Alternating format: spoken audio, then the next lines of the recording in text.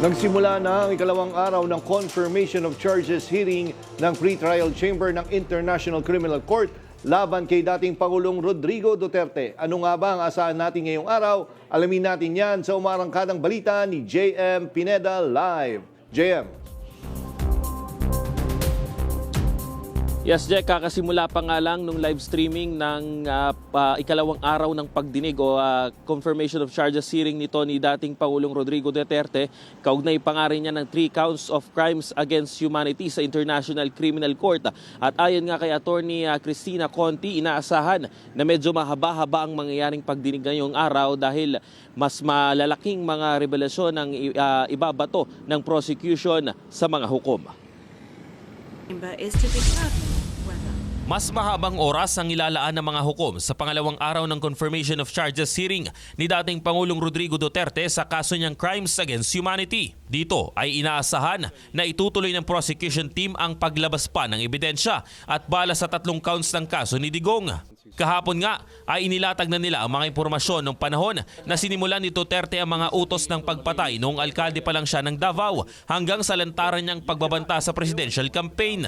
Ayon kay ICC Assistant to Counsel Attorney Cristina Conti, posibleng ilatag ng prosecution ang mga hawak nila sa counts 2 at 3 ng kaso ni Digong. Ito lalo kasi ito na yung tokhang as we know it, yung panahon na presidente siya, count 2, tapos count 3. Ang count 2 high value targets, count 3 ay yung tokhang sa mga barangay operations. Ipapaliwanag, magbibigay ng ilang example, kumbaga magpapatikim yung prosecution. Ito yung ebidensya namin. Kung sakaling papayagan nyo kaming mag-trial, ganito namin ilalatag. Marami umano ang aabangan ngayong araw dahil sa mga balang pwedeng pakawalan ng prosecution at kasama na rin dyan ang testimonya ng mga biktima.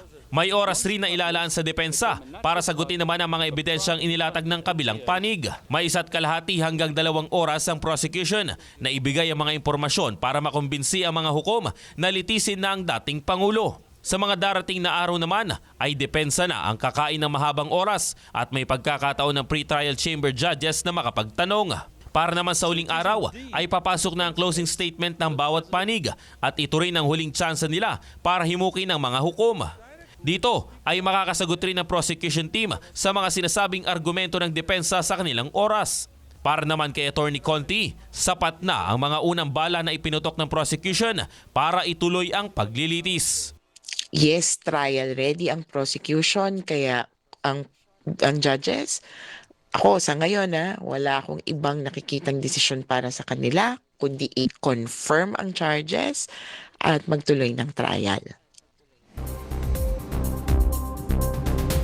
Jack, dagdag pa nga ni Attorney Conti kanina sa kanyang pahayag na malinaw nga na naniniwala o dapat maniwala na o i-confirm na ng mga judges itong kaso laban nga dito kay dating Pangulong Rodrigo Duterte. At base nga rin doon sa pahayag na inilabas nila kanina ay itong mga biktima rin ay tiwala na makukumbinsi itong mga judges ng pre-trial chamber. Jack?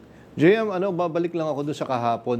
Nakita naman natin sa social media pages natin na lumabas yung mga litrato ni Senator Bongo at Senator Bato de la Rosa bilang mga co-perpetrators na i-discuss ba kahapon yan? Ano ito? Parang Matrix ba? Pinakita nila kung paano gumalaw yung mga co-perpetrators. Ano yung naging papel nila?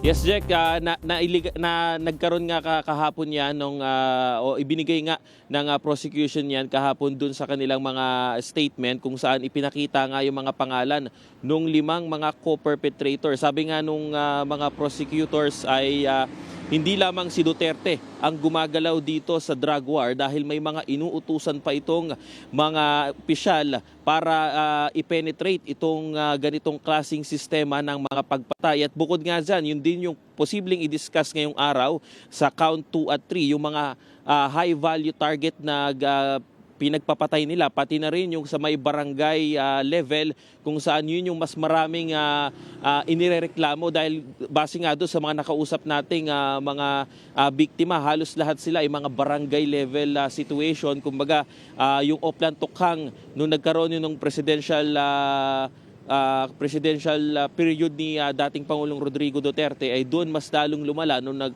nagkaroon na ng mga patayan doon sa mga barangay sa iba't ibang parte ng Pilipinas. Jack? Okay, maraming salamat, JM Pineda.